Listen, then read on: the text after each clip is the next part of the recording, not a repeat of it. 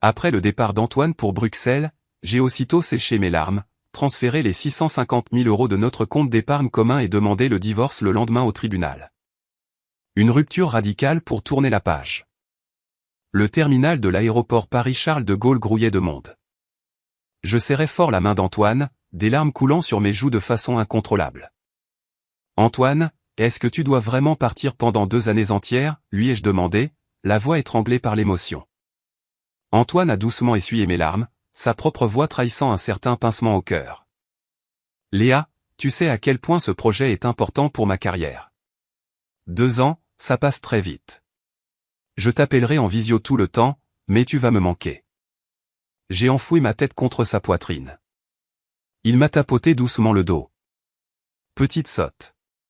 Tu vas me manquer aussi, mais c'est une opportunité en or pour notre avenir. À mon retour, nous aurons enfin assez d'argent pour verser un apport pour une belle maison dans un quartier agréable. » L'annonce de l'embarquement a retenti dans le hall. Antoine a déposé un tendre baiser sur mon front. « Attends-moi. » Je suis resté figé, regardant son dos s'éloigner derrière le portique de sécurité jusqu'à ce que ma vue se brouille à cause des larmes. Les voyageurs se pressaient autour de moi, personne ne prêtant attention à cette femme qui pleurait seule dans un coin. J'ai essuyé mes yeux avec un mouchoir, j'ai pris une grande inspiration et j'ai fait demi-tour pour quitter l'aéroport. Assise à l'arrière d'un VTC, je me suis appuyé contre la vitre, observant les rues familières de Paris défiler sous mes yeux embués. Le chauffeur m'a regardé dans le rétroviseur. « Vous venez de raccompagner quelqu'un. » J'ai hoché la tête, sans prononcer un mot. « À vous voir si triste, ce doit être un petit ami ou votre mari. »« Mon mari » ai-je répondu doucement. Le chauffeur a soupiré. C'est dur pour les jeunes couples de nos jours d'être séparés par le travail.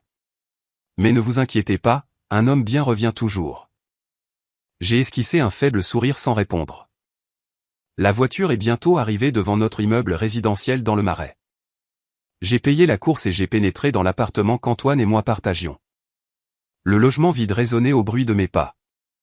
Je me suis arrêté dans l'entrée, fixant la paire de pantoufles qu'il avait laissées près de la porte, et un rire amer m'a échappé. J'ai retiré mes talons hauts pour marcher pieds nus jusqu'au salon, puis je me suis effondré sur le canapé. Sortant mon téléphone de mon sac, j'ai ouvert mon application bancaire. Le solde de notre compte joint s'affichait clairement, 650 482,17 €. C'était l'intégralité des économies accumulées durant nos 5 années de mariage. Mon salaire y était directement versé chaque mois. Antoine prétendait que c'était plus simple pour la gestion financière. Je n'avais jamais posé de questions car j'avais toute confiance en lui. J'avais foi en notre mariage jusqu'à il y a 3 jours. Cet après-midi-là, j'étais parti plus tôt du travail pour lui faire une surprise.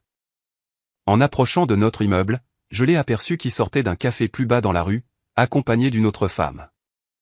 Elle tenait son bras sous le sien, et il riait avec une grande complicité. Je me suis figé. Antoine ne m'a pas vu. Il a raccompagné cette femme jusqu'au bord du trottoir pour lui héler un taxi. Avant qu'elle ne monte à bord, Antoine s'est penché et l'a embrassée sur la joue. Je me suis caché derrière un grand platane, le cœur serré comme dans un étau, la douleur m'empêchant presque de respirer. Une fois le taxi parti, Antoine a fait demi-tour pour rentrer chez nous. Je ne suis pas allé à sa rencontre. Au lieu de cela, j'ai fait un grand détour avant de rentrer à l'appartement. Ce soir-là, Antoine est rentré comme si de rien n'était. « Léa, désolé, j'ai eu une réunion tardive au bureau. Tu as mangé ?» Il s'est approché et m'a embrassé machinalement sur la joue. J'ai dû lutter contre l'envie de reculer. « J'ai déjà mangé » ai-je répondu avec un sourire forcé. « Je t'ai laissé une assiette au chaud dans le four. Tu es la meilleure, chérie. » Il a souri et s'est dirigé vers la cuisine pour réchauffer son dîner. Je me suis assise dans le salon, observant sa silhouette en mouvement, et soudain, il m'est apparu comme un parfait inconnu. Après le dîner, Antoine a abordé le sujet comme s'il s'agissait d'un détail de dernière minute. « Ah, au fait, Léa, l'entreprise a un gros projet à Bruxelles. Ils veulent que je le dirige. Je vais peut-être devoir m'installer là-bas pendant 2 ans. » Ma hand a tremblé, manquant de renverser mon verre d'eau. 2 ans? C'est tellement long. Oui, c'est un projet à long terme, mais c'est l'opportunité d'une vie. Mon patron m'a dit, si tu réussis ça, ta promotion au poste de vice-président est garantie à ton retour. » Ses yeux brillaient d'excitation. « Et moi, alors ?» ai-je demandé d'une voix timide. Antoine s'est approché et a passé ses bras autour de mes épaules. « Toi, tu continues à travailler ici. Je t'enverrai de l'argent chaque mois pour les dépenses quotidiennes. 2 ans, ça passe en un clin d'œil. Quand je reviendrai, nous serons à l'abri du besoin pour le reste de nos jours. » Je me suis appuyé contre son épaule en fermant les yeux. Des larmes traçaient silencieusement leur chemin sur mes joues. À cet instant précis, j'ai tout compris.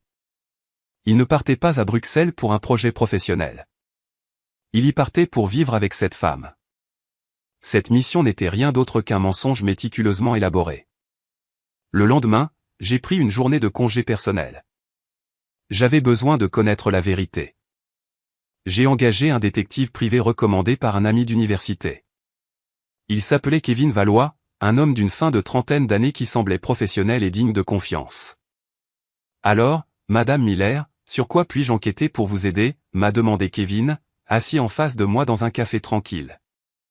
Je lui ai tout raconté, y compris la scène dont j'avais été témoin. Kevin a hoché la tête. « Je comprends. Dans ce genre de situation, s'il y a infidélité, il y a généralement des traces. Donnez-moi une semaine. Je vous transmettrai un rapport complet. Merci. » Je me suis levé pour partir. « Madame Miller » m'a rappelé Kevin. « Parfois, la vérité peut être cruelle. Êtes-vous prête à faire face à ce que vous pourriez découvrir ?» Je lui ai adressé un sourire triste. Peu importe sa cruauté, j'ai besoin de savoir. Pendant les jours qui ont suivi, j'ai vécu dans le mensonge. J'allais travailler, je rentrais à la maison, je préparais le dîner pour Antoine, et nous bavardions de nos journées respectives. En apparence, nous formions le même couple aimant qu'autrefois, mais je savais que mon cœur était mort. Antoine était très occupé à préparer son voyage, réserver ses billets, faire ses valises, organiser ses papiers de séjour. Il était entièrement absorbé par l'excitation de sa nouvelle vie, sans prêter la moindre attention à mon changement de comportement. Une semaine plus tard, Kevin m'a donné rendez-vous dans le même café. Et m'a tendu une grande enveloppe Kraft. « Madame Miller, voici le rapport. » J'ai pris une profonde inspiration et je l'ai ouverte. À l'intérieur se trouvait une épaisse pile de photos et de documents. Chaque image me transperçait le cœur comme un coup de poignard.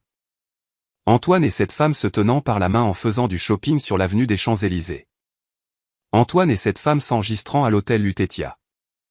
Antoine et cette femme dînant en tête-à-tête dans un restaurant gastronomique. Mes mains tremblaient. La voix de Kevin me parvenait comme un lointain murmure. « Elle s'appelle Camille Soucy. C'est la nouvelle directrice du marketing dans l'entreprise de votre mari. Ils ont commencé à se fréquenter il y a 3 mois. D'après mes recherches, votre mari part effectivement à Bruxelles, mais pas pour un voyage d'affaires.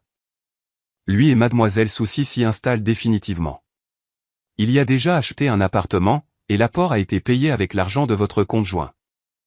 Le monde s'est mis à tourner autour de moi. Est-ce que ça va ? Je vous apporte un verre d'eau, a demandé Kevin avec inquiétude. J'ai fait un geste de la main pour le rassurer, me forçant à me calmer pour poursuivre ma lecture. Le dossier comprenait des captures d'écran de leurs messages textuels. Camille, encore un tout petit effort. Dès que j'aurai installé Léa dans sa routine, nous pourrons enfin vivre ensemble au grand jour. Antoine, je t'attends, mon chéri. Et puis, tu as déjà transféré la majeure partie de l'argent du conjoint. Ce n'est qu'une femme, que peut-elle bien faire ? Camille, c'est vrai. Tout son salaire est versé sur ce compte depuis des années. Je l'ai investi. Elle n'a que très peu d'économies personnelles. Elle ne pourra pas faire grand-chose après le divorce. Alors, quand vas-tu lui annoncer la nouvelle ? Camille, ce n'est pas nécessaire. Je vais d'abord aller à Bruxelles. Au bout de 6 mois, je lui dirai que j'ai rencontré quelqu'un là-bas et que je demande le divorce. De cette façon, elle ne fera pas d'esclandre. Puisque c'est moi qui prendrai l'initiative, elle aura l'air mesquine si elle s'y oppose. Antoine, tu penses vraiment à tout. Alors, quand commence-t-on à décorer notre chez nous à Bruxelles ? Camille, dès mon arrivée, ne t'inquiète pas. Nous allons avoir une vie merveilleuse.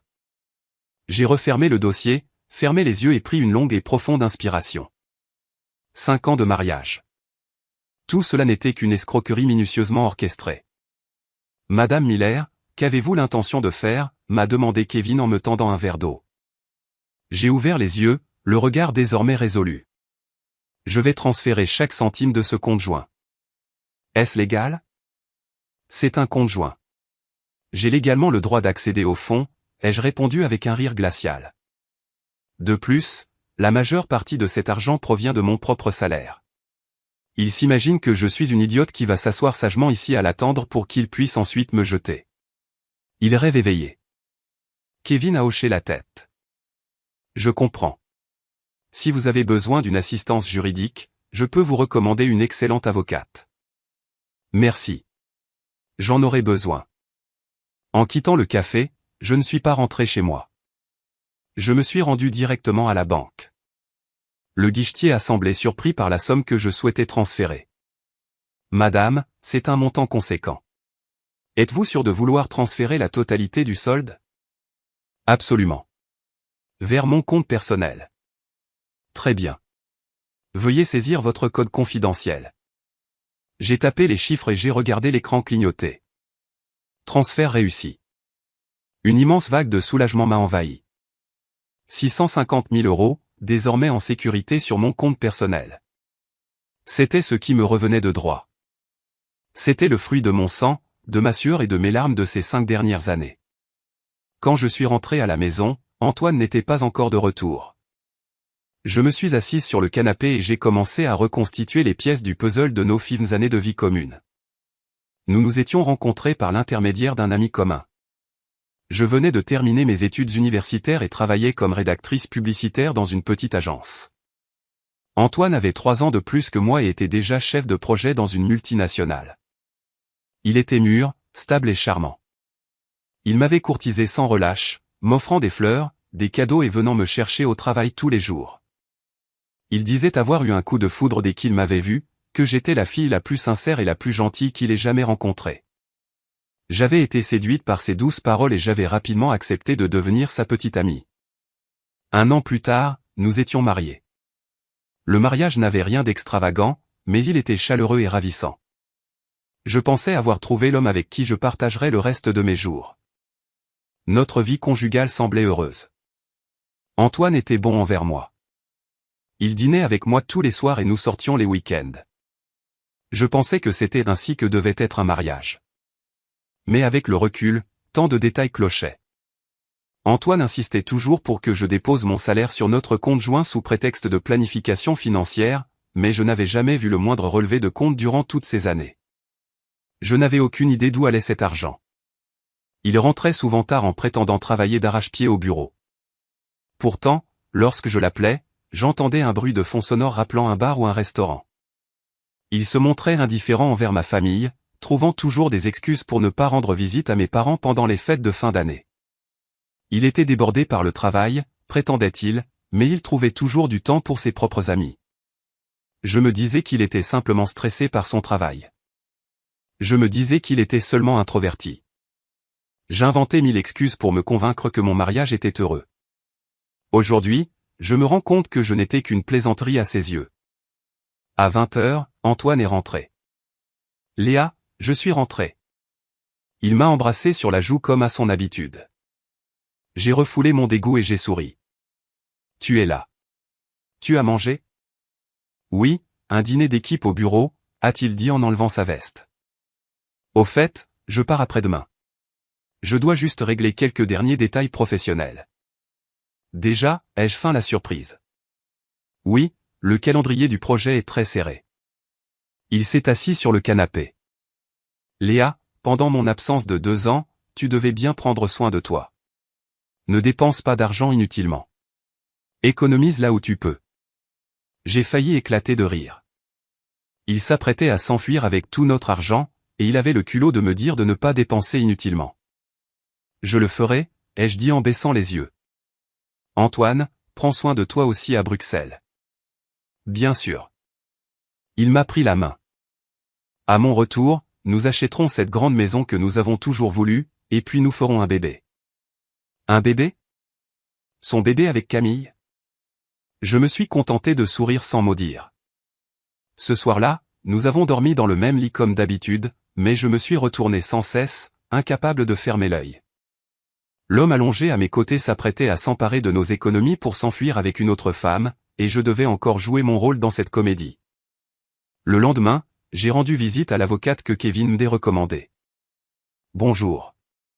Je vous appelle de la part de Kevin Valois. J'aurais besoin de vous consulter pour un divorce. Bien sûr, parlez-moi de votre situation. La voix de l'avocate était professionnelle et rassurante. Je lui ai tout expliqué. Après m'avoir écouté, l'avocate, Maître Duval, a déclaré, d'après ce que vous décrivez, votre mari a commis un adultère et tente de détourner des actifs conjugaux. Votre initiative de transférer l'argent du compte joint vers votre compte personnel est légalement défendable, car il s'agit de biens de la communauté et vous avez le droit d'en disposer. Alors, si je demande le divorce maintenant, à quoi dois-je m'attendre, ai-je demandé. Tout d'abord, vous pouvez demander des dommages-intérêts pour préjudice moral, car il est le conjoint fautif. Ensuite, concernant le partage des biens, si vous pouvez prouver que la majorité des fonds du compte joint provenaient de votre salaire, vous pourrez prétendre à une part plus importante.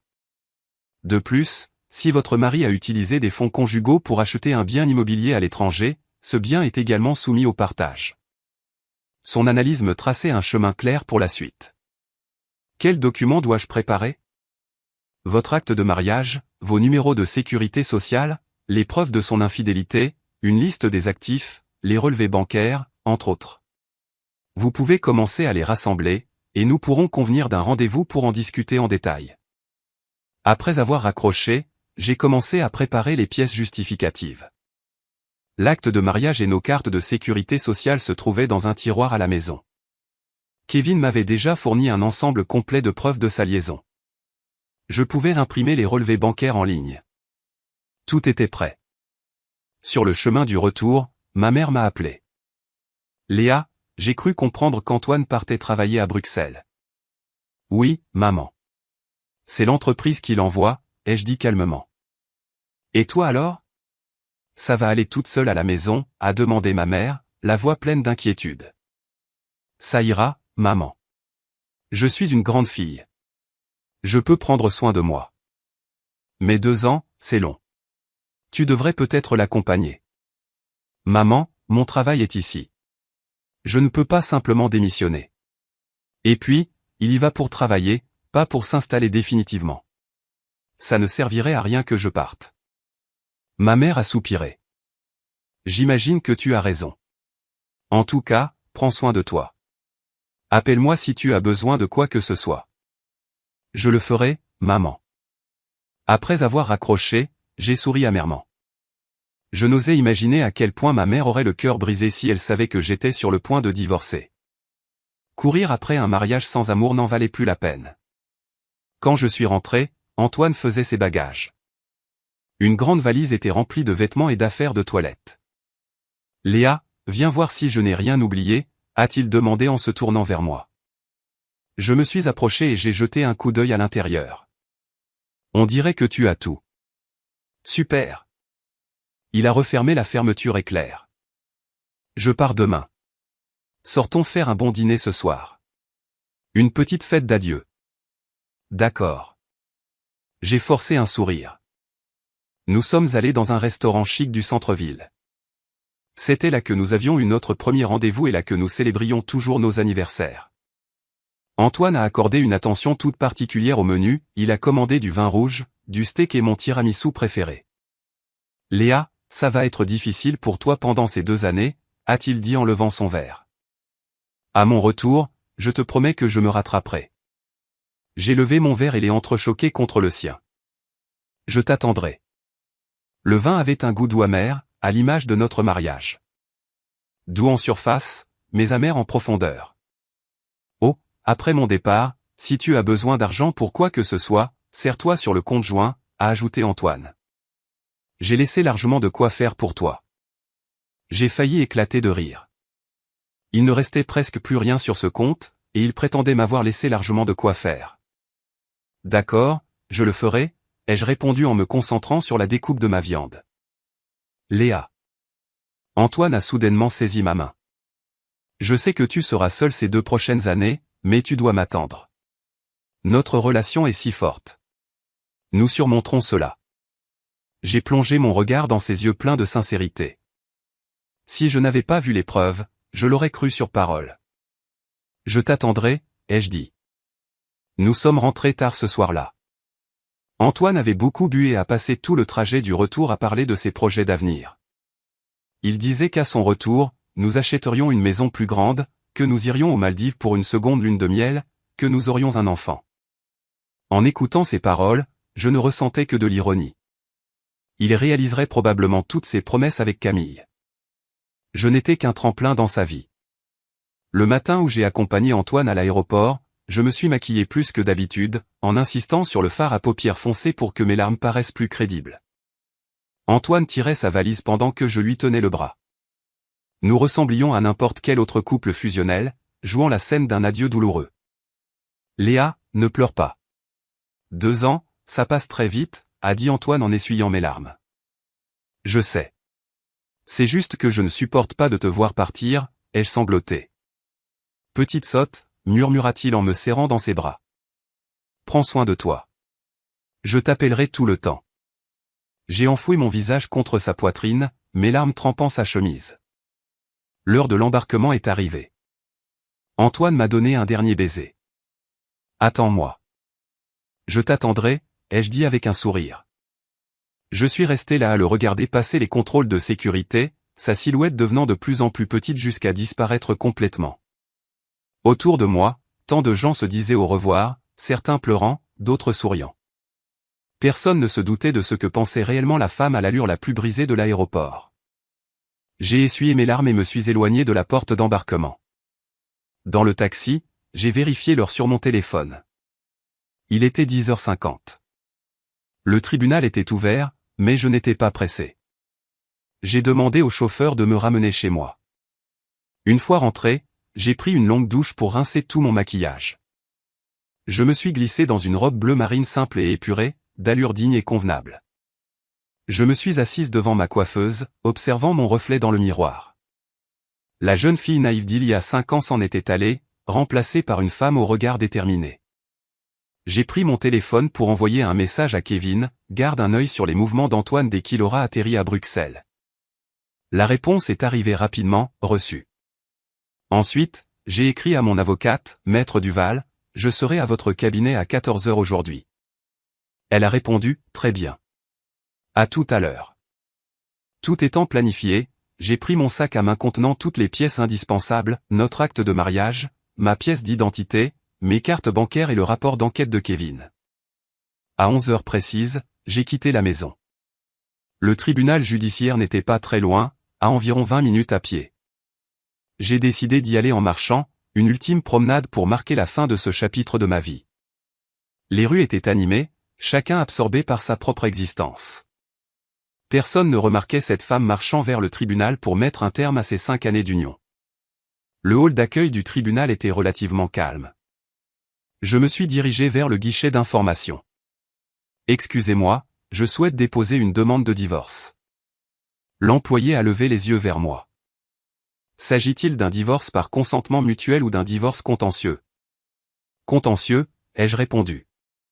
Dans ce cas, vous devez d'abord déposer une requête par l'intermédiaire d'un avocat auprès du tribunal. Une fois le jugement rendu, vous pourrez finaliser les formalités administratives ici, m'a-t-elle expliqué. J'ai marqué un temps d'arrêt. Je pensais pouvoir le faire directement sur place. De quels documents ai-je besoin pour saisir le tribunal?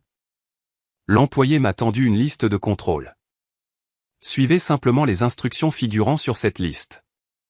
J'ai pris le document et l'ai parcouru rapidement. J'avais déjà tout le nécessaire en ma possession. Je vous remercie. Je me suis retourné et j'ai quitté le bâtiment.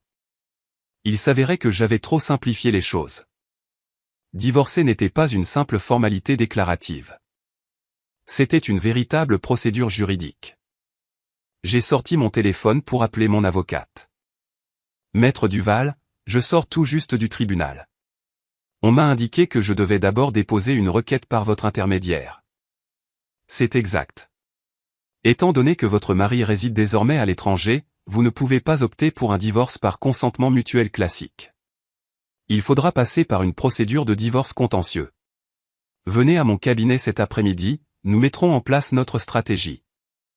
D'accord. Après avoir raccroché, je suis resté sur le parvis du tribunal à regarder passer les gens. Certains étaient rayonnants, venus chercher une autorisation de mariage, d'autres semblaient accablés, venus clore un divorce. Le mariage est semblable à une citadelle, ceux qui sont dehors veulent y entrer, tandis que ceux qui sont dedans veulent en sortir. À 14 heures, je me trouvais dans le bureau de Maître Duval. C'était une femme d'une quarantaine d'années, vive et compétente. Elle m'a invité à m'asseoir et m'a offert une bouteille d'eau. Madame Miller, j'ai examiné les documents que vous m'avez transmis. Votre dossier s'annonce un peu complexe, m'a dit Maître Duval. Tout d'abord, votre mari se trouvant à l'étranger, la signification de l'assignation sera plus délicate. Ensuite, en ce qui concerne le partage des biens, nous allons devoir mener des recherches sur le bien immobilier qu'il a acquis hors du territoire national. Je comprends, ai-je acquiescé. Combien de temps cela devrait-il prendre? Si tout se passe bien, comptez environ 6 mois. S'il refuse de coopérer, cela pourrait être plus long. Je peux attendre 6 mois. Lançons la procédure dès maintenant, ai-je déclaré. Très bien. Maître Duval a sorti un feuillet. Voici le projet de requête. Veuillez le relire attentivement pour voir s'il y a des modifications à apporter. J'ai lu attentivement. Le texte décrivait en détail les fautes d'Antoine, notamment son infidélité et le détournement de fonds conjugaux. C'est parfait. J'ai apposé ma signature. Nous déposerons cela auprès du tribunal dès demain, a précisé Maître Duval. De plus, concernant le transfert des fonds du compte joint, il est préférable de garder cela secret pour le moment. S'il l'apprend, il pourrait tenter de prendre des mesures préventives. C'est compris. Personne n'est au courant en dehors de vous. En quittant le cabinet d'avocat, j'ai ressenti un grand soulagement. La route du divorce serait longue, mais le premier pas était franchi. De retour à la maison, j'ai commencé à emballer les affaires d'Antoine, ses vêtements, ses livres, ses photographies. Chaque objet avait un jour fait partie de mon quotidien, mais aujourd'hui, il ne m'inspirait plus que du dégoût. J'ai tout rangé dans des cartons, avec l'intention de les expédier chez ses parents. Qu'ils constatent par eux-mêmes le genre de fils qu'ils avaient élevé. Alors que j'étais en train d'empaqueter, mon téléphone a sonné. C'était Antoine. J'ai pris une grande inspiration avant de répondre. Léa, je viens d'atterrir à Bruxelles. Sa voix trahissait son excitation. Oh, le voyage s'est bien passé, me suis-je efforcé de demander sur un ton neutre. C'était formidable.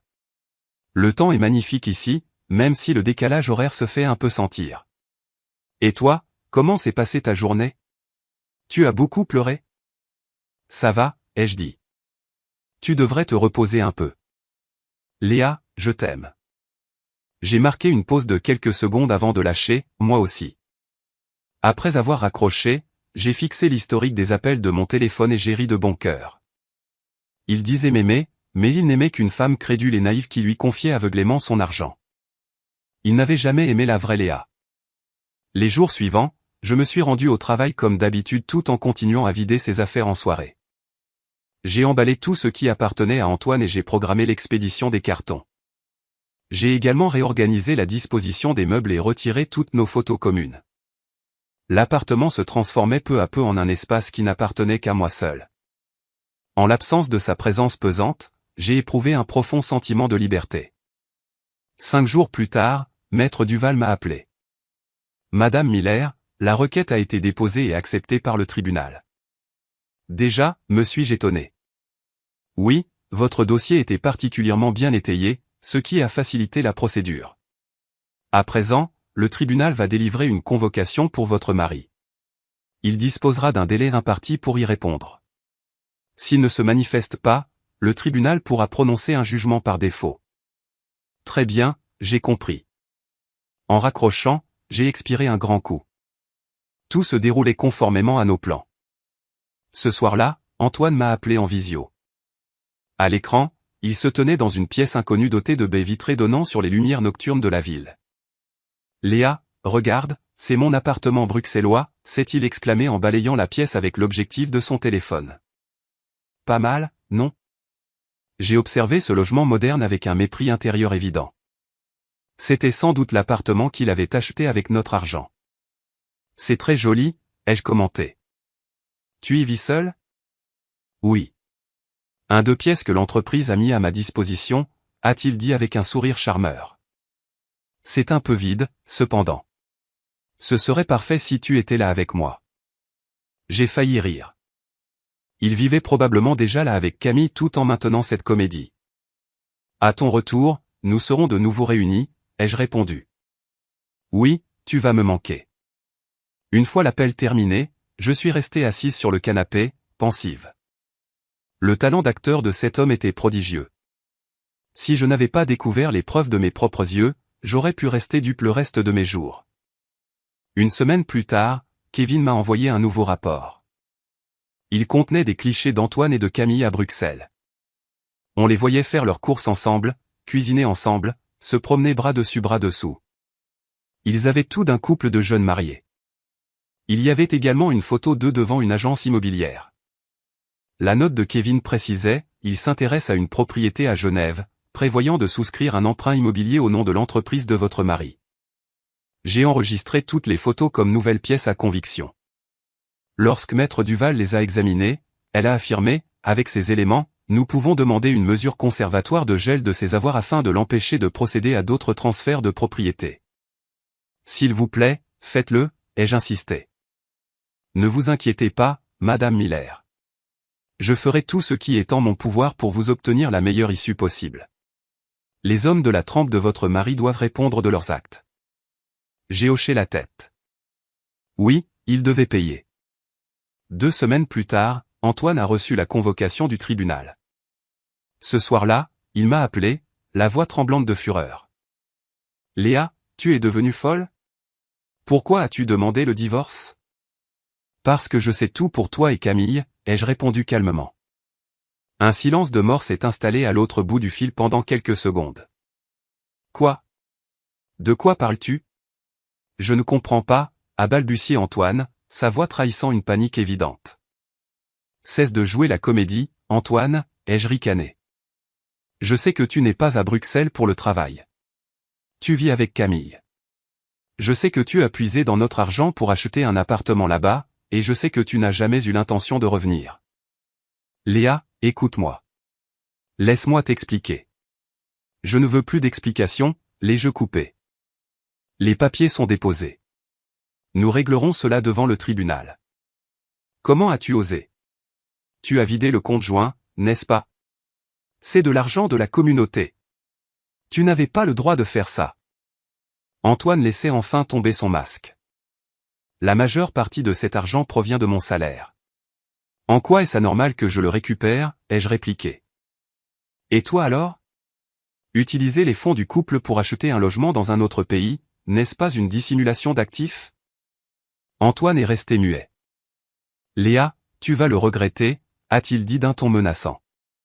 Que espères-tu obtenir de ce divorce? Tu n'auras rien du tout. C'est ce que nous verrons, ai-je répliqué avant de raccrocher. Après cet appel, mes mains tremblaient. Même si je m'étais préparé à ce moment, la confrontation restait douloureuse. Les jours suivants, Antoine a tenté de me joindre sans relâche, passant des supplications aux menaces. J'ai ignoré toutes ces tentatives. J'ai concentré toute mon énergie sur mon travail et sur la procédure judiciaire. Maître Duval s'est montré extrêmement professionnel. Elle m'a aidé à consolider l'ensemble du dossier, les preuves de l'infidélité d'Antoine, les preuves du détournement d'actifs, ainsi que l'historique de mes salaires sur les 5 dernières années. Madame Miller, votre dossier est solide, m'a assuré Maître Duval. Votre mari est manifestement fautif et a procédé à un transfert illicite de biens communautaires.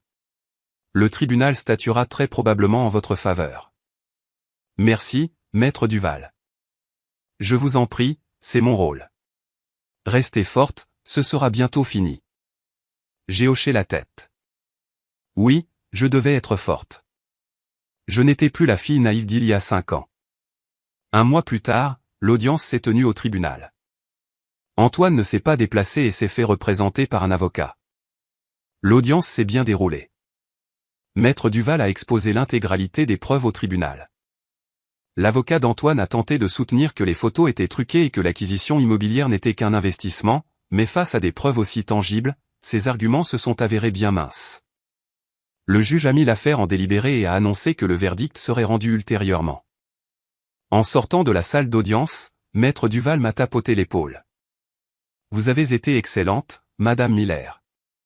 Il ne nous reste plus qu'à attendre la décision de justice. » J'ai souri. « Merci, Maître Duval. » Le jour du délibéré s'est levé sous un ciel radieux et ensoleillé. Maître Duval m'a appelé, « Madame Miller, la décision est tombée. Le tribunal a tranché en notre faveur. Le divorce est prononcé. Concernant le patrimoine, l'intégralité du compte joint vous est attribuée, ainsi que la moitié de la valeur du bien immobilier que votre ex-mari a acquis à l'étranger. De plus, il est condamné à vous verser 75 000 € de dommages-intérêts pour préjudice moral. » À l'énoncé de cette nouvelle, j'ai éclaté en sanglots. Non pas de tristesse, mais de pur soulagement. J'étais enfin libre. « Merci, Maître Duval. Merci infiniment, ai-je réussi à dire à travers mes larmes. Je vous en prie, vous l'avez bien mérité. Allez de l'avant désormais, tournez la page et commencez une nouvelle vie. Je le ferai. » Après avoir raccroché, je suis resté assise dans mon bureau à contempler le ciel. 5 années de mariage venaient de prendre fin. Je pensais que je serais anéanti, mais à cet instant, je ne ressentais qu'une immense sensation de délivrance. Ce soir-là, je suis sorti dîner avec quelques amis proches. Léa, félicitations pour ta liberté retrouvée, a trinqué ma meilleure amie Sandrine. J'ai levé mon verre pour l'entrechoquer avec les leurs. Merci d'avoir été là pour m'accompagner dans cette épreuve. Cet individu a eu ce qu'il méritait, a ajouté Émilie avec colère. Après tout ce que tu as fait pour lui, te trahir de la sorte. Laissons le passé derrière nous, ai-je dit avec un sourire. À partir de maintenant, je vais vivre pour moi-même et ne plus perdre mon temps avec des personnes qui n'en valent pas la peine. Tu as bien raison, a approuvé Sandrine. Trinquons à la nouvelle vie de Léa. Nous avons levé nos verres et bu. La vie après le divorce s'est révélée bien différente de ce que j'avais imaginé. Je pensais que je serais malheureuse, à pleurer chaque soir avant de m'endormir. En réalité, je me sentais libéré. Sans Antoine, je n'avais plus à me soucier de l'heure de son retour, plus besoin de marcher sur des œufs pour lui plaire, plus d'obligation de lui abandonner l'intégralité de ma paix. J'ai réorganisé mon quotidien. Tout d'abord, j'ai entièrement redécoré l'appartement, me débarrassant de tout ce qui pouvait me rappeler Antoine. J'ai acheté de nouveaux meubles et repeint les murs. L'endroit semblait totalement renouvelé, tout comme mon existence. Ensuite, je me suis inscrite à des cours de yoga. J'y allais chaque jour après le travail. C'était excellent pour mon corps comme pour mon esprit. J'ai également appris à cuisiner des spécialités variées. Quand Antoine était là, je préparais toujours les plats traditionnels qu'il affectionnait. Désormais, je pouvais cuisiner tout ce qui me faisait envie. J'ai aussi commencé à voyager. J'ai bouclé une valise et je suis parti visiter toutes les destinations que j'avais toujours rêvé de découvrir sans en avoir eu l'opportunité.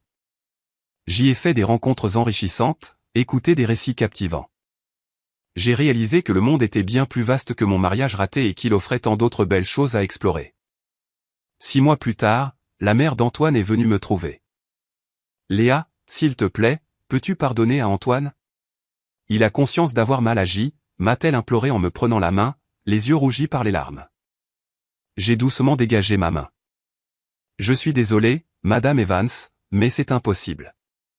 Pourtant, vous avez été mariés pendant 5 ans. Vous aviez une relation si forte. Comment peux-tu y mettre fin ainsi ?» a-t-elle insisté. « Une relation ne peut pas reposer sur les efforts d'une seule personne », ai-je répondu calmement. Antoine m'a trompé, c'est un fait établi. Je ne peux pas lui pardonner. Il a juste eu un moment d'égarement. Il s'est laissé séduire par cette fille, a-t-elle dit avec fébrilité. Il a déjà rompu avec elle. Il veut revenir vers toi. J'ai ri froidement. Il a rompu avec elle ? N'est-ce pas plutôt parce que le tribunal l'a condamné à me payer et qu'il se retrouve ruiné ?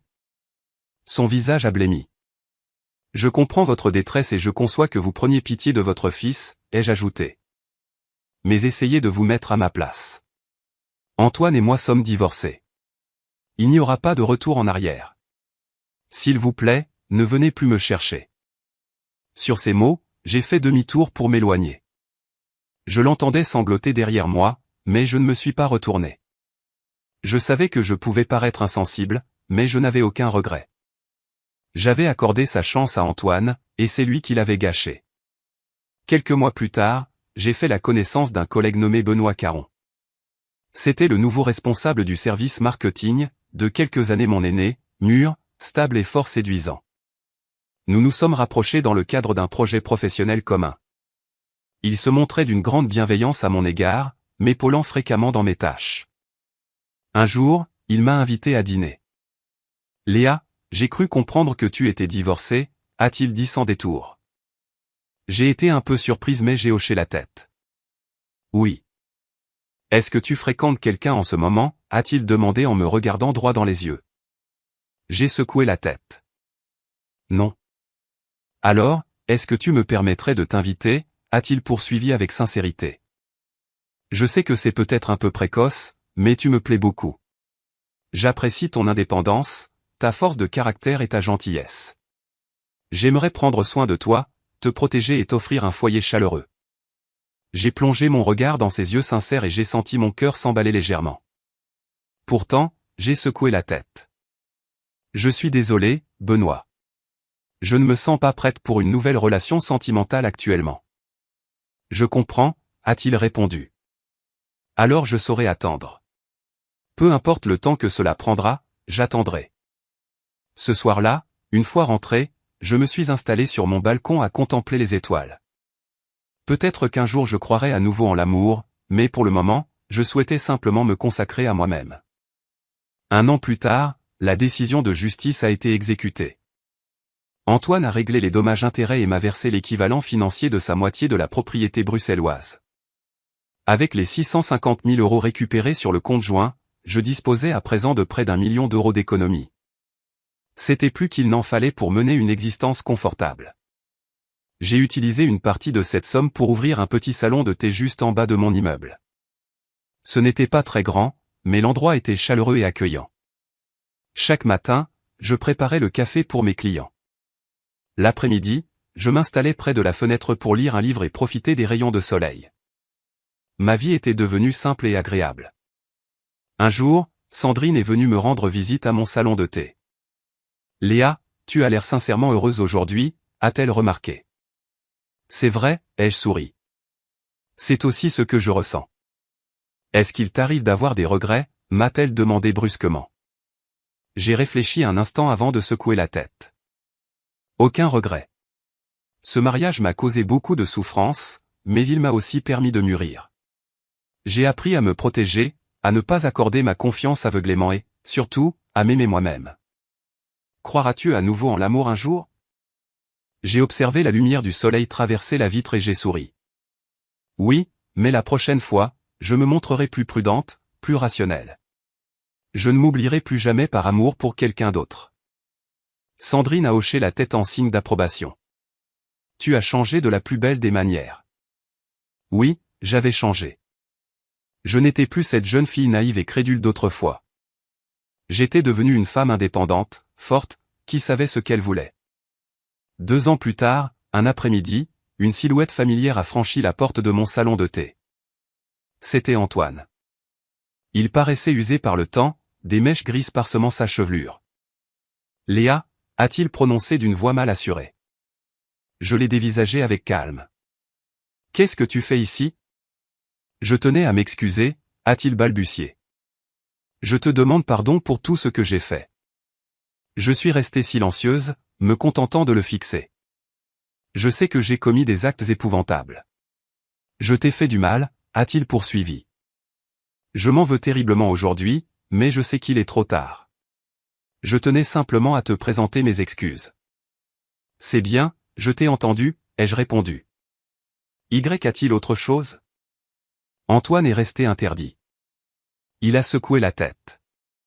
Dans ce cas, je te prie de bien vouloir t'en aller, ai-je dit en désignant la sortie. Il m'a regardé, les yeux chargés d'amertume. Léa, tu ne me détestes donc plus du tout ? J'ai réfléchi un instant. Il m'est arrivé de te détester. Je t'ai haï au plus haut point.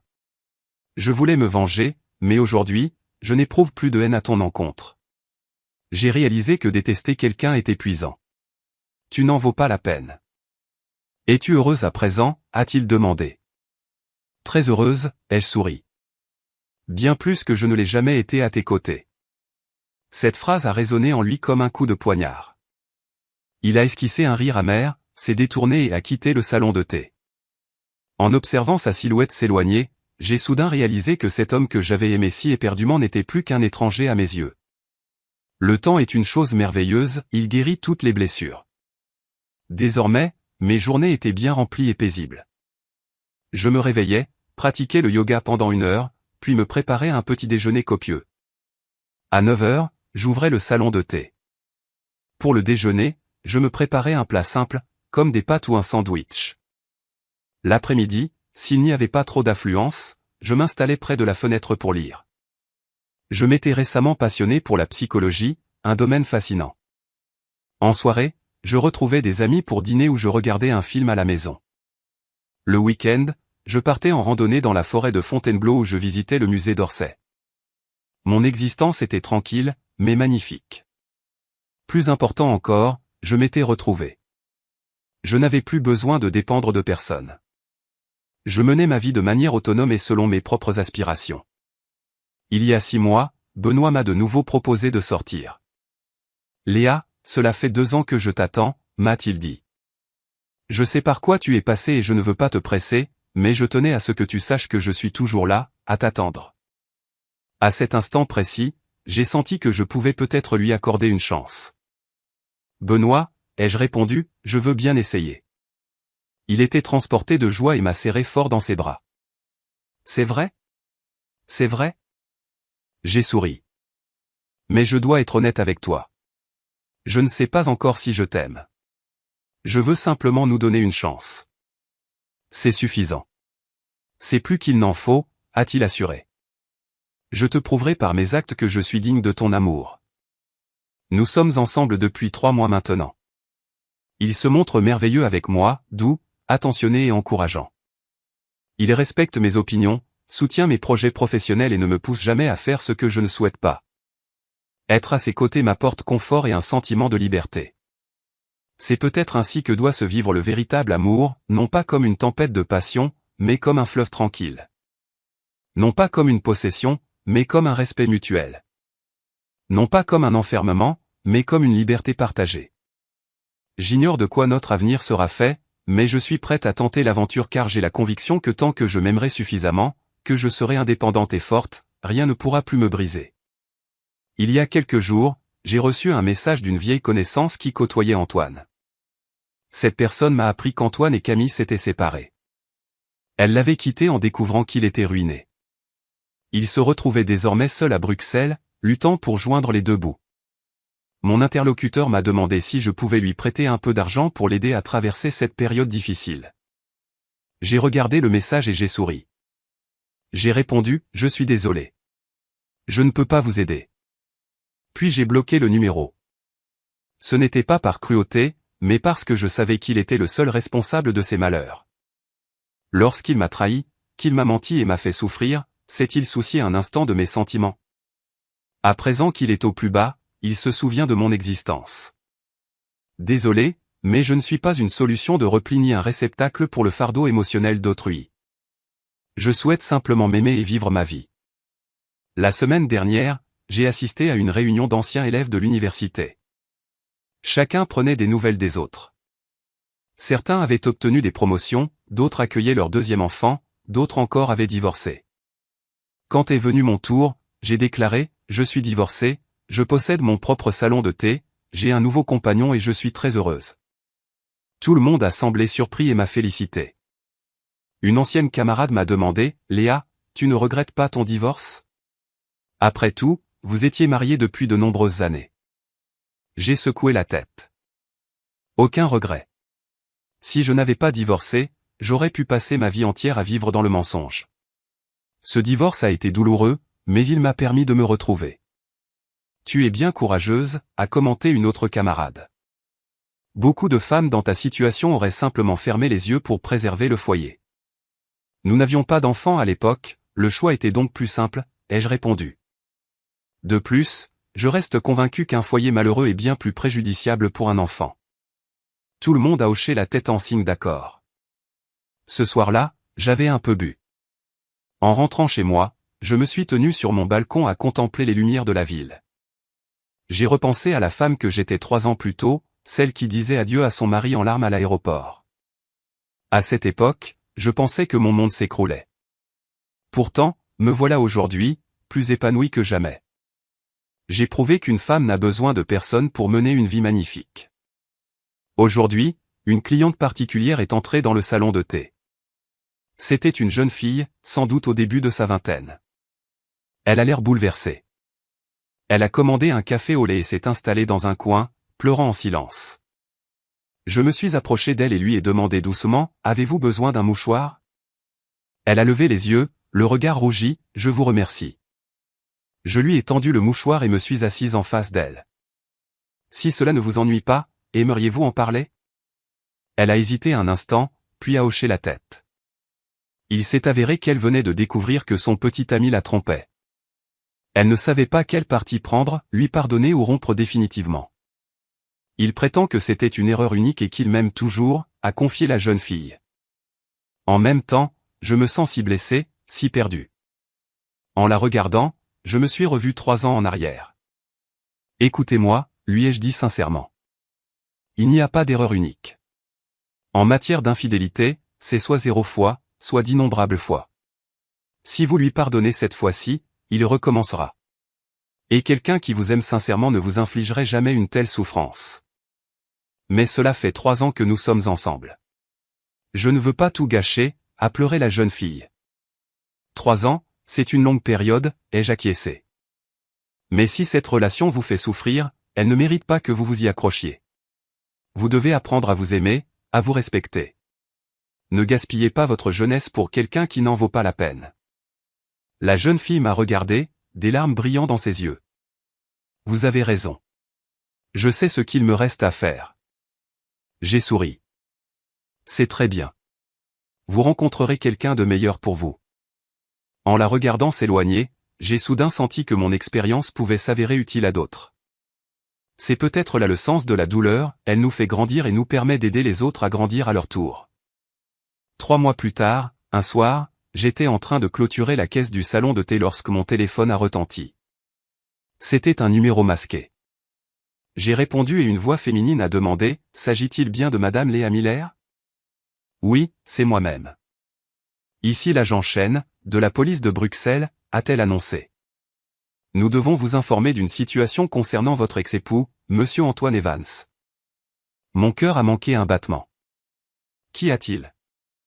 Monsieur Evans a été arrêté pour fraude à l'investissement et détournement de fonds, a déclaré l'officier de police. Selon les conclusions de notre enquête, il gérait un système de Ponzi depuis plusieurs années, pour un montant total s'élevant à plus de 20 millions d'euros. Je suis resté stupéfaite.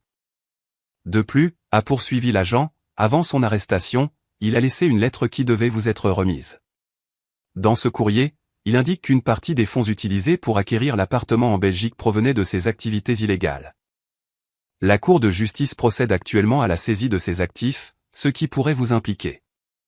Ma préoccupation première s'est rapidement imposée, et ma main qui tenait le combiné s'est mise à trembler. Également. L'agent a marqué une pause. Monsieur Evans a déclaré qu'il ne vous avait jamais aimé, qu'il vous avait épousé uniquement dans le but de. La voix à l'autre bout du fil continuait de s'exprimer, mais je ne l'entendais plus. En regardant l'écran de mon téléphone, j'ai vu un autre appel s'afficher. L'identifiant indiquait « Benoît ». J'ai hésité une seconde, j'ai dit à l'agent « J'ai compris », puis j'ai raccroché. Mais au moment même où je m'apprêtais à répondre à l'appel de Benoît, la porte du salon de thé s'est ouverte brusquement. Un homme que je ne connaissais pas s'est précipité à l'intérieur et m'a dévisagé. Léa Miller, je suis l'un des créanciers d'Antoine Evans. Vous devez rembourser sa dette. J'ai dévisagé cet inconnu en m'efforçant de garder mon sang-froid. Les quelques clients encore présents dans l'établissement ont été surpris par cette irruption soudaine. Monsieur, calmez-vous, je vous prie, ai-je dit d'une voix aussi posée que possible. Antoine et moi sommes divorcés. Ces dettes ne relèvent pas de ma responsabilité. Pas votre responsabilité, a ricané l'homme. Vous étiez son épouse. N'avez-vous jamais entendu parler de la solidarité des dettes ménagères? Antoine me doit 5 millions d'euros. Vous devez me rembourser. J'exige de voir une reconnaissance de dette en bonne et due forme, ai-je répliqué, ainsi que la preuve que cette dette a été contractée durant notre mariage et qu'elle a servi aux dépenses de notre vie commune. Dans le cas contraire, je ne suis nullement tenu de rembourser cette somme. L'homme est resté interdit, visiblement décontenancé par ma réaction. C'est à ce moment que Benoît est entré en courant. Il avait dû s'inquiéter de ne pas me voir répondre au téléphone. « Léa, tout va bien » s'est-il exclamé en se plaçant devant moi pour faire écran. « Monsieur, quel que soit le problème, nous pouvons en discuter calmement. »« Et vous, vous êtes qui ?» a demandé l'homme sur la défensive. « Je suis le compagnon de Léa » a répondu Benoît. « Concernant la dette que vous évoquez, nous réglerons cela par les voies légales. Si vous continuez à faire du scandale, je me verrai contraint de contacter la police. » L'homme nous a jaugé du regard, puis a observé les clients présents. Il a fini par grommeler, « Très bien, nous nous reverrons devant le tribunal. » Il s'est détourné et a quitté les lieux. Benoît a refermé la porte derrière lui et m'a serré dans ses bras. Tu as dû avoir une peur bleue. Je me suis blotti contre lui, le cœur battant à tout rompre. J'avais fait bonne figure, mais j'étais terrifié en réalité.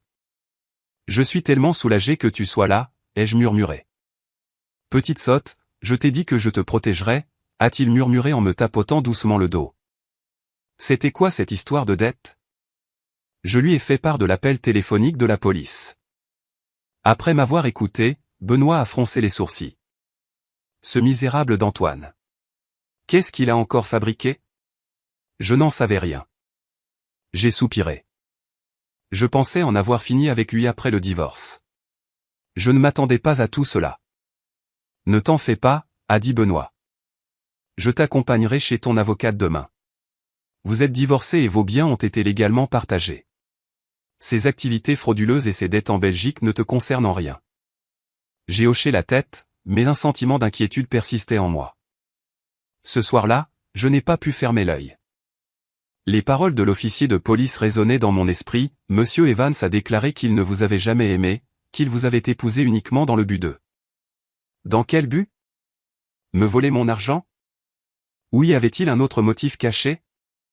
J'ai soudain pris conscience que dès le départ, je n'avais peut-être été qu'un simple pion dans son machination élaborée. Le lendemain, Benoît m'a accompagné pour rencontrer Maître Duval. Après avoir pris connaissance de toute l'histoire, elle a poussé un soupir de soulagement. « Madame Miller, vous n'avez pas de raison de trop vous inquiéter. Tout d'abord, vous et Monsieur Evans êtes divorcés et votre patrimoine a fait l'objet d'un partage officiel. Ensuite, selon le droit matrimonial, toute dette contractée par un conjoint en son nom propre qui ne contribue pas aux besoins courants de la famille n'est pas considérée comme une dette ménagère solidaire. À moins que le créancier ne puisse apporter la preuve que cette somme a servi aux dépenses du ménage, à une activité commerciale commune ou qu'elle a été acceptée d'un commun accord par les deux époux. Et pour les 5 millions d'euros dont parlait cet homme, ai-je interrogé. Il lui appartient de prouver que cette dette a été contractée pendant votre union et qu'elle a servi à votre vie de couple, a précisé Maître Duval. À en juger par sa réaction, il lui sera probablement impossible de fournir une telle preuve. Et qu'en est-il des affirmations de la police selon lesquelles une partie de l'argent utilisé par Antoine pour acheter l'appartement en Belgique provenait de ses activités illégales? Ce bien a déjà été partagé lors du jugement de divorce, et la moitié m'a été attribuée. C'est exact, a confirmé Maître Duval en relisant le précédent jugement. Si les autorités souhaitent le saisir, elles devront prouver que vous étiez au courant et que vous avez pris part à ces activités frauduleuses. Dans le cas contraire, en tant que tiers de bonne foi, votre part de propriété reste protégée par la loi. À ces mots, j'ai enfin ressenti un grand apaisement. Maître Duval a toutefois nuancé, vous devez néanmoins rester sur vos gardes. Le dossier de Monsieur Evans est particulièrement grave, et il n'est pas exclu que d'autres créanciers tentent de vous solliciter. Je vous conseille de conserver précieusement tous vos documents, notamment l'acte de divorce et la convention de partage des biens. En cas de harcèlement, prévenez immédiatement les forces de l'ordre. J'ai acquiescé. C'est compris. Merci, Maître Duval. En sortant du cabinet, Benoît m'a pris la main. N'aie pas peur. Je suis à tes côtés. J'ai posé les yeux sur lui, envahi par un sentiment de chaleur réconfortant. Durant les semaines qui ont suivi, d'autres personnes se sont présentées à ma porte en prétendant être des créanciers d'Antoine. Certains possédaient des reconnaissances de dettes, d'autres des relevés de virements bancaires. Tous affirmaient qu'Antoine leur devait de l'argent et exigeaient que je les rembourse. En suivant les recommandations de Maître Duval, je demandais à chacun d'entre eux d'apporter la preuve que cette dette avait été contractée pendant notre mariage et qu'elle avait servi à notre vie commune. Aucun n'y est parvenu. La plupart de ces emprunts avaient été contractés après notre divorce, et certaines reconnaissances de dette étaient de grossiers faux. J'ai tout consigné et transmis le tout à Maître Duval pour qu'elle s'en occupe, mais ces désagréments ont tout de même pesé sur mon quotidien. La fréquentation du salon de thé s'en est ressentie, car les scènes répétées effrayaient les clients qui finissaient par s'éloigner. Mon humeur s'est dégradée et je vivais dans une tension permanente, redoutant la survenue de nouvelles complications. Constatant ma détresse, Benoît en avait le cœur brisé. « Léa, pourquoi ne pas transférer le salon de thé dans un autre quartier ?» a-t-il proposé. « Ou peut-être le fermer temporairement le temps que la situation se tasse, pour mieux rouvrir ensuite. » J'ai secoué la tête. Non, je refuse de laisser le désordre causé par Antoine gâcher mon existence. J'ai travaillé si dur pour en arriver là. Je ne peux pas abandonner. Pas de mais, ai-je ajouté fermement. Il m'a déjà fait du mal une fois. Je ne le laisserai pas détruire ce que je possède aujourd'hui. Benoît m'a regardé avec une admiration évidente. Très bien, je te soutiens. Mais promets-moi de m'avertir si tu rencontres une difficulté que tu ne peux pas surmonter seul. Je te le promets. Un mois plus tard, un dénouement s'est enfin profilé. Des nouvelles nous sont parvenues de la police belge. L'affaire d'Antoine était bouclée, il était bel et bien coupable de fraude à l'investissement et de détournement de fonds à grande échelle, et il encourait de lourdes sanctions pénales. Les autorités ont également confirmé que je n'avais pas eu connaissance de ces activités frauduleuses et que j'en étais en réalité l'une des victimes.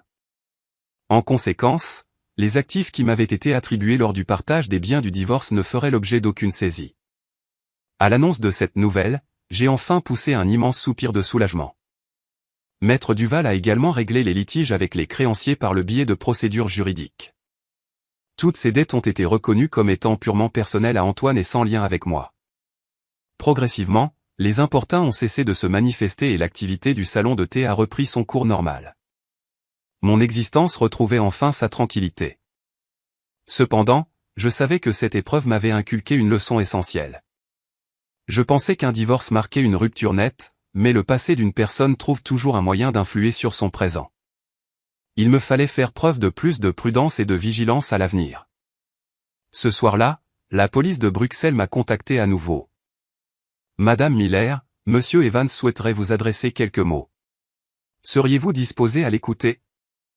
J'ai hésité un moment. « Très bien. » La voix d'Antoine s'est fait entendre, affaiblie et fragile. « Léa. »« Vas-y, je t'écoute, » ai-je répondu calmement. « Je suis désolé, » a-t-il dit. « Je sais que je t'ai fait du tort. J'ai commis tant d'actes regrettables. » Je suis restée silencieuse, attendant qu'il poursuive. « La vérité, c'est que je t'ai épousée avec une idée derrière la tête dès le départ, » a avoué Antoine, la voix chargée de remords. « J'ai vu à quel point tu étais naïve et gentille, et j'ai vu tes revenus réguliers. Je voulais t'utiliser pour prendre ton argent afin de financer mes investissements, mes affaires. Mon cœur s'est serré, comme piqué par une aiguille. Je m'en étais douté, mais l'entendre de sa propre bouche ravivait la blessure. Je pensais que je réussirais, a-t-il poursuivi. Je pensais pouvoir amasser beaucoup d'argent pour ensuite t'offrir une vie meilleure. Mais je me suis trompé. J'ai été trop cupide. Je n'aurais jamais dû me lancer dans cette collecte de fonds illégale. Je n'aurais pas dû abuser de la confiance de tant de personnes.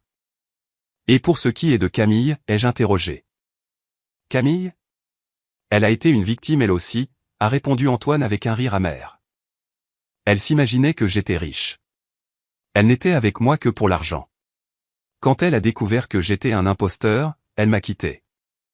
J'ai fermé les yeux et pris une profonde inspiration. Antoine, je sais que demander pardon ne sert à rien à présent, a-t-il dit. Je voulais simplement te dire que durant nos 5 années ensemble, même si j'avais des intentions cachées au début, j'ai fini par t'aimer sincèrement par la suite. Mais j'ai été trop cupide, trop stupide, et j'ai tout détruit. J'ai rouvert les yeux et j'ai dit calmement, Antoine, sais-tu ce qui m'a fait le plus de mal? Ce n'est pas que tu aies pris mon argent. C'est que tu te sois joué de mes sentiments. Pendant 5 ans, je t'ai considéré comme la personne la plus importante de ma vie. J'avais confiance en toi, je dépendais de toi, je t'aimais. Et toi alors? Tu m'as traité comme un simple outil, un pion à utiliser. Je le sais, a-t-il admis, la voix trahissant sa souffrance. Mais je dois aussi te remercier, ai-je ajouté. Merci de m'avoir montré ton vrai visage, ce qui m'a permis de limiter les dégâts à temps. Sans cela, j'aurais pu rester toute ma vie cette fille naïve et crédule. Léa. C'est la dernière fois que nous nous parlons, les jeux interrompus. Désormais, nos chemins se séparent définitivement. J'espère que tu mettras à profit ton temps en prison pour réfléchir à tes actes et devenir quelqu'un de meilleur. Sur ce, j'ai raccroché le téléphone. Après cet appel, je suis resté pensif sur le canapé. Benoît est venu s'asseoir près de moi. Es-tu encore triste? J'ai secoué la tête. Pas triste, juste un peu nostalgique. Nostalgique de quoi? De ces 5 années. Nostalgique d'avoir aimé quelqu'un qui n'en valait pas la peine, ai-je répondu. Mais je ne regrette pas cette expérience. Elle m'a permis de grandir. Elle m'a rendue plus forte. Benoît a pris ma main. Tu sais ce que j'admire le plus chez toi, Léa? C'est ta capacité de résilience. Tu as traversé tant de souffrances, mais tu ne t'es pas laissé abattre.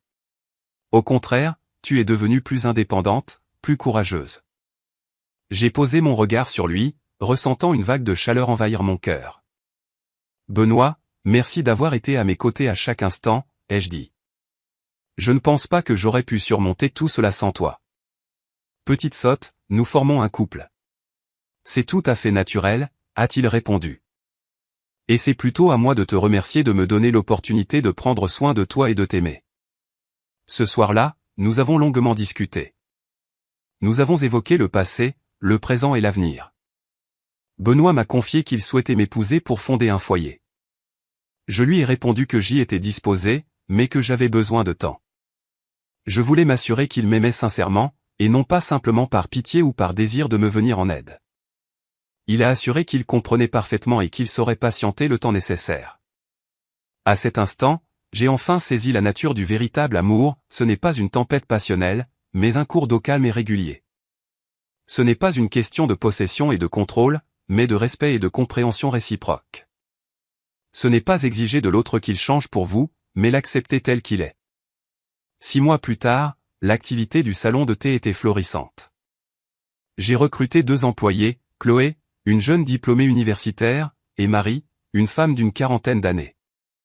Chloé apprenait très vite et Marie se montrait particulièrement travailleuse, maintenant l'établissement d'une propreté exemplaire. Grâce à leur aide, mon quotidien est devenu bien plus léger. J'ai commencé à disposer de plus de temps pour moi-même.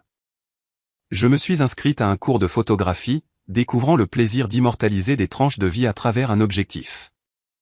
Je me suis également mise à l'écriture. J'ai rédigé des textes basés sur mes propres expériences et les ai soumis à plusieurs magazines de mode de vie. À ma grande surprise, quelques-uns de mes articles ont été publiés, et j'ai reçu de nombreux courriers de lectrices. Beaucoup d'entre elles partageaient des vécus similaires, blessées dans leur mariage et incertaines de la marche à suivre. J'ai répondu à chaque lettre pour les encourager à faire preuve de courage et à faire leur propre choix. Je leur écrivais qu'une femme n'a besoin de personne pour mener une vie épanouie. Je leur disais que quitter quelqu'un qui ne vous aime pas n'est pas un échec, mais une véritable renaissance. Je leur répétais que pour trouver le bonheur véritable, il fallait d'abord apprendre à s'aimer et à se respecter soi-même. L'hiver dernier, Benoît m'a demandé en mariage. Il m'a emmené faire une promenade sur une plage de Normandie. Le froid de l'hiver était vif, le vent cinglant, mais mon cœur était brûlant. Nous marchions le long du rivage, observant nos empreintes de pas apparaître puis s'effacer au gré des vagues. Léa, s'est soudainement arrêté Benoît en se tournant vers moi. J'ai quelque chose à te dire. Qu'est-ce que c'est, ai-je demandé avec curiosité. Et a posé un genou à terre, a sorti un petit écrin de sa poche et l'a ouvert pour dévoiler une bague sertie d'un diamant. Léa Miller, veux-tu m'épouser, a-t-il demandé en me regardant dans les yeux. Je sais que tu as vécu un mariage douloureux et je sais que tu as des craintes, mais je tiens à ce que tu saches que je ne suis pas Antoine. Je passerai ma vie entière à t'aimer, à te protéger et à te rendre heureuse. Je ne te mentirai jamais, je ne te trahirai jamais, je ne te ferai jamais de mal. Je souhaite simplement parcourir le reste de mon chemin à tes côtés. Je l'ai contemplé, des larmes coulant sur mes joues. Benoît, ai-je dit d'une voix nouée. Si tu n'es pas prête, je peux attendre, a-t-il proposé. Peu importe le temps nécessaire, j'attendrai. J'ai secoué la tête et j'ai souri à travers mes larmes. Ce n'est plus nécessaire d'attendre. Je suis prête. Il s'est relevé avec enthousiasme, a glissé la bague à mon doigt et m'a serré chaleureusement contre lui. Le vent soufflait fort et les vagues se fracassaient sur le rivage, mais nous restions enlacés comme deux arbres entrelacés que rien ne pourrait plus séparer. Notre mariage a été simple. Nous n'avons convié que nos parents et amis les plus proches. Pas de lieu somptueux, pas de robe hors de prix, simplement les vœux les plus sincères. Ma mère m'a pris la main, les yeux embués de larmes. Léa, je suis si heureuse de te voir enfin épanouie. Je suis heureuse, maman, ai-je souri. Benoît est un homme bien, tu dois prendre soin de lui, a ajouté ma mère. Je le ferai. Lors de la cérémonie, Benoît m'a dit, Léa, merci de m'avoir épousée. Je te promets de passer ma vie entière à t'aimer et à faire de toi la femme la plus heureuse qui soit. J'ai posé mon regard sur lui, le cœur rempli d'amour. Je savais que cette fois-ci, j'avais fait le bon choix. Notre vie de couple est paisible et heureuse. Benoît se montre prévenant et attentionné. Il me masse quand je suis fatigué, prépare le dîner quand je suis occupé et me fait rire quand j'ai un coup de mou. Il respecte mon activité professionnelle et encourage mes projets. Il ne m'a jamais demandé d'abandonner mon salon de thé pour devenir femme au foyer. En réalité, il vient souvent m'y prêter main forte. Nous gérons l'établissement ensemble et nous planifions notre avenir d'un commun accord. Ce printemps, j'ai appris que j'étais enceinte. J'étais à la fois enthousiaste et anxieuse. Enthousiaste à l'idée d'avoir enfin mon propre enfant, et anxieuse quant à ma capacité à être une bonne mère. Benoît était encore plus ravi que moi. Il m'accompagnait faire des promenades quotidiennes, me concoctait des repas équilibrés et avait acheté une pile d'ouvrages sur la parentalité à étudier. Léa, à qui penses-tu que le bébé va ressembler, me demandait-il souvent. À toi, bien sûr, riais-je. J'espère que ce sera un garçon, charmant comme toi.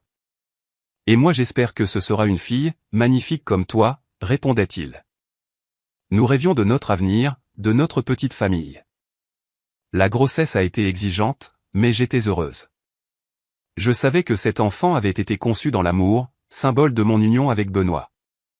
Au cours de mon 5e mois de grossesse, j'ai reçu un courrier particulier. Il provenait de la mère d'Antoine. Dans cette lettre, elle me présentait ses excuses. Elle m'écrivait qu'elle regrettait de ne pas avoir su bien élever son fils et de m'avoir causé autant de souffrance. Elle ajoutait qu'Antoine se comportait bien en détention et qu'il s'efforçait de s'amender. Elle précisait qu'il lui avait demandé de me transmettre ses vœux sincères de bonheur. En lisant ces lignes, j'ai éprouvé un mélange d'émotions. Je n'avais pas de ressentiment envers sa mère. Elle était elle aussi une victime. Elle avait élevé son fils sans jamais imaginer qu'il s'engagerait sur une voie aussi sombre. Je lui ai répondu pour lui dire que j'avais tout pardonné, que j'étais très heureuse aujourd'hui et qu'elle ne devait pas s'en vouloir. Je lui écrivais également que tout le monde fait des erreurs et que l'essentiel est d'en tirer les enseignements nécessaires. J'espérais qu'Antoine mettrait à profit son séjour en prison pour réfléchir et qu'il entamerait une nouvelle vie à sa sortie. Après avoir envoyé ce courrier, j'ai senti un grand poids s'envoler de mes épaules. J'avais enfin tourné la page du passé. J'avais sincèrement pardonné à Antoine, et je m'étais pardonné à moi-même. L'automne dernier, notre bébé est né, une magnifique petite fille. Nous l'avons prénommée Clémence. Je souhaite qu'elle grandisse dans un climat d'amour et qu'elle mène une existence paisible et heureuse. En contemplant ma fille dans mes bras, j'ai repensé à la jeune fille naïve et crédule que j'étais autrefois. J'avais dû traverser tant d'épreuves pour devenir la femme que je suis aujourd'hui. Je partagerai mon expérience avec ma fille. Je lui apprendrai à se protéger, à s'aimer, à distinguer le bien du mal. Je veillerai à ce qu'elle sache qu'une femme peut se montrer douce sans pour autant être faible, gentille sans être crédule, aimante, mais qu'elle doit avant tout s'aimer elle-même. À présent, mon quotidien est bien rempli et heureux. Je me réveillais, je m'occupais de ma fille, je la nourrissais, je la changeais et je jouais avec elle. Lorsqu'elle dormait, je me rendais au salon de thé pour apporter mon aide. Même avec un enfant, je n'ai pas renoncé à mon activité professionnelle. Benoît se montre d'un grand soutien. Il répète toujours qu'une femme ne devrait pas avoir à renoncer à ses aspirations sous prétexte qu'elle se marie et a des enfants. L'après-midi, j'emmène Clémence au parc. Le soir, nous dînons tous les trois ensemble en échangeant sur notre journée. Cette vie tranquille correspond en tout point à ce dont j'avais toujours rêvé. Le mois dernier, l'établissement a organisé une rencontre spéciale. J'ai invité plusieurs femmes ayant traversé des expériences similaires à venir partager leur parcours. Certaines venaient de divorcer et luttaient encore contre la douleur. D'autres hésitaient encore, incertaines quant à l'opportunité de quitter leur conjoint. D'autres enfin avaient déjà franchi le pas et entamé une nouvelle vie. J'ai partagé mon histoire. Je leur ai dit que quitter quelqu'un qui ne vous aime pas n'est pas un échec, mais une véritable renaissance. Je sais que c'est douloureux. Je sais que vous vous sentez perdu en ce moment, ai-je déclaré. En même temps, croyez-moi, la souffrance n'est que temporaire. Si vous faites ce choix courageux, vous découvrirez qu'un monde magnifique vous attend. Mais j'ai peur, a confié une jeune femme. J'ai peur de me retrouver seule. Mieux vaut être seul que mal accompagné dans un mariage malheureux, ai-je répondu. Et qui a dit que divorcer signifiait rester seul? Vous pouvez compter sur vos amis, votre travail, votre propre vie, et vous pourrez retrouver l'amour auprès de quelqu'un qui vous aimera sincèrement. Es-tu heureuse à présent, a interrogé une autre participante. J'ai posé le regard sur Benoît, qui se tenait près de l'entrée, serrant notre fille contre lui tout en m'adressant un sourire chaleureux. Très heureuse, ai-je souri. Bien plus que je ne l'aurais jamais imaginé. À l'issue de la rencontre, de nombreuses personnes sont venues me remercier. Elles m'ont confié que mon parcours leur avait donné la force de faire face à leur propre existence. Elles m'ont dit que je leur avais redonné espoir, en leur montrant qu'une femme peut mener une vie magnifique de manière tout à fait autonome. J'étais ravi que mon vécu puisse s'avérer utile à d'autres. C'est peut-être là tout le sens de la douleur, elle nous fait grandir et nous permet d'accompagner les autres dans leur propre cheminement. Cette année marque le 5e anniversaire de mon divorce. Durant ces 5 années, j'ai traversé bien des étapes. Je suis passé d'une femme dépendante à une femme autonome et forte. D'une victime blessée, je suis devenu un repère pour les autres. D'une divorcée sans repère, je me suis transformé en une épouse et une mère épanouie au sein d'une famille heureuse. Et tout cela grâce à cette unique décision courageuse que j'ai prise autrefois. Si je n'avais pas transféré cet argent de manière décisive et demandé le divorce après avoir accompagné Antoine à l'aéroport, je serais peut-être encore en train de vivre dans le mensonge, à attendre un homme qui ne reviendrait jamais. La semaine dernière, j'ai assisté à un séminaire consacré à l'indépendance et à l'épanouissement des femmes. L'intervenante était une auteure reconnue qui partageait de nombreux récits d'émancipation féminine. En l'écoutant, je me suis senti profondément inspiré. J'ai levé la main pour m'exprimer. J'aimerais partager mon histoire, ai-je dit. Il y a 5 ans, j'ai divorcé. À l'époque, tout le monde prétendait que je faisais preuve de folie, d'impulsivité, et que je finirais par le regretter. Mais aujourd'hui, 5 ans plus tard, je peux affirmer avec fierté que je n'ai aucun regret. Divorcer a été la meilleure décision de ma vie. L'auditoire a applaudi chaleureusement. Le divorce m'a permis de me retrouver, ai-je poursuivi. Dans mon mariage, je m'étais oublié, j'avais perdu mes aspirations et ma capacité à penser de manière indépendante. Je donnais tout à mon mari en pensant que c'était cela l'amour. Mais j'ai compris qu'un amour dans lequel on s'oublie soi-même ne repose sur rien de solide. C'est pourquoi je tiens à dire à toutes les femmes présentes, qu'elles soient célibataires, en couple ou mariées, veillez à ne jamais vous oublier. Vous pouvez aimer quelqu'un, mais vous devez avant tout vous aimer vous-même. Vous pouvez vous investir pour l'autre, mais sans jamais perdre votre identité, car ce n'est qu'en étant forte et indépendante que l'on accède au bonheur véritable. La salle a de nouveau applaudi chaleureusement. À la fin de la séance, plusieurs personnes se sont approchées pour en savoir plus sur mon parcours. C'est avec plaisir que j'ai partagé mon expérience. J'espère qu'elle pourra aider d'autres femmes à apprendre à s'aimer, à se respecter et à se protéger. Hier soir, ma fille a prononcé le mot « maman » pour la première fois. J'en ai pleuré de joie.